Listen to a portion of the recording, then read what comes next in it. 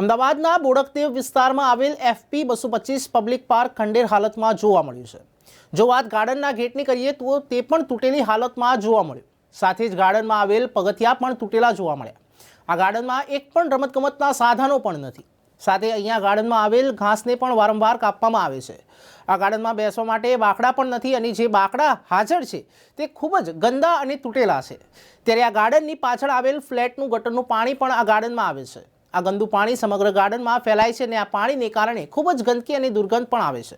ત્યારે જો કોઈ નાનું બાળક અથવા તો વૃદ્ધ વ્યક્તિ અહીંયા આવે અને બીમાર પડે તો જવાબદાર કોણ, તે પણ મોટો સવાલ છે। આ ગાર્ડનમાં જ્યાં ને ત્યાં ફક્ત ગટરનું પાણી જ જોવા મળે છે। આ પાણી અત્યંત દૂષિત હોવાના કારણે આખા ગાર્ડનમાં જીવાત અને દુર્ગંધ ફેલાય છે। આ ગાર્ડનમાં કોઈ બાળક પણ રમવા આવતું નથી અને કોઈ વૃદ્ધ વ્યક્તિ પણ બેસવા આવતું નથી। ત્યારે ત્યાંના સ્થાનિક લોકો સાથે વાતચીત કરતા ખબર પડી કે અનેકવાર રજૂઆત કરવા છતાં પણ આ ગટરનું દૂષિત પાણી બંધ કરવામાં આવતું નથી। ત્યારે હવે આ ગાર્ડનને ક્યારે સુધારવામાં આવશે તે જોવાનું રહ્યું। લોકો ગાર્ડનમાં શા માટે આવતા હોય છે? તમે મને કહેશો કે મનને શાંત કરવા અને ગાર્ડનની મજા માણવા, પણ અમદાવાદના બોડકદેવ વિસ્તારમાં એક એવું ગાર્ડન આવ્યું છે જ્યાં દુર્ગંધ જ આવે છે અને ગટરના પાણીની તો વાત જ જવા દો। તમે મારી પાછળના જે દ્રશ્યો જોઈ શકો છો, અત્યારે હું જે જગ્યા ઉપર બેઠી છું તે ગાર્ડનની પાછળ જે ફ્લેટ આવેલા છે ત્યાંથી ગટરનું પાણી નીકળી રહ્યું છે ને અત્યારે હાલ આ પાણી અહીંયા આવી રહ્યું છે ને આ જે પાણી સમગ્ર ગાર્ડનમાં ફેલાય છે। હવે કોઈ બાળક છે કે વૃદ્ધ અહીં બેસવા આવે અથવા તો બાળકો રમવા આવે તો માંદું પડે તો જવાબદાર કોણ, એ તો એક મોટો પ્રશ્ન છે જ। સાથે જ આ ગાર્ડનને લાખો રૂપિયાના ખર્ચે બનાવવામાં આવ્યું હતું, પરંતુ અત્યારે હાલ આ ગાર્ડન ખંડેર હાલતમાં છે। હું જે જગ્યા ઉપર બેઠી છું તે બાકડો પણ તૂટી ગયો છે અને તેની સાથે જ વાત કરું ગટરના પાણીની તો અત્યારે ઊભા ના રહી શકાય એટલી દુર્ગંધ અહીંયાથી આવી રહી છે।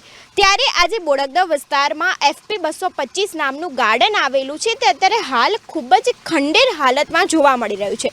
જે તે સમયે આને ખૂબ જ કરોડોના અને લાખોના ખર્ચા સાથે બનાવવામાં આવ્યું હતું, પરંતુ અત્યારે હાલ આ ગાર્ડનમાં કોઈ પ્રકારના રમતગમતના સાધનો પણ નથી।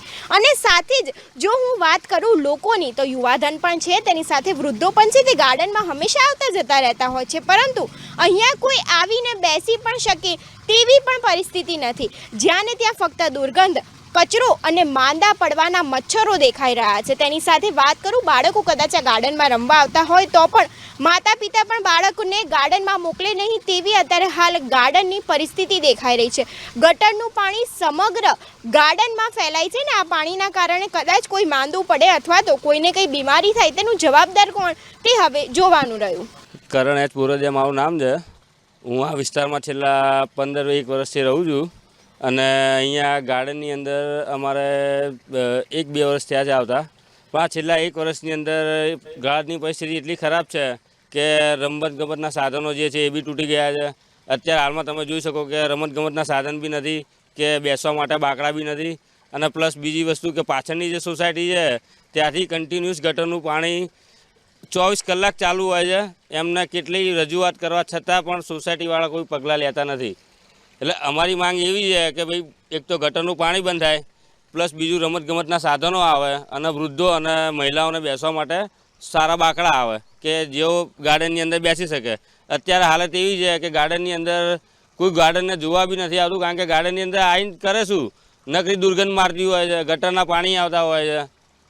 એટલે એ પ્રમાણે અમારી માંગ એવી છે કે ભાઈ એક તો ગટરનું પાણી બંધ થાય અને બીજું રમતગમતના સાધનો આવે અને વ્યવસ્થિત પબ્લિક બેસે એ પ્રમાણે બાકડા મૂકે સરકાર।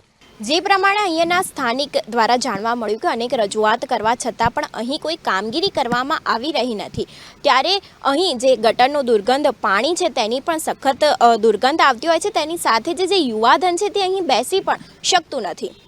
કેમેરામેન હરીશ પારકર સાથે હંસિની, ન્યૂઝ ફોર ઇન્ડિયા, અમદાવાદ।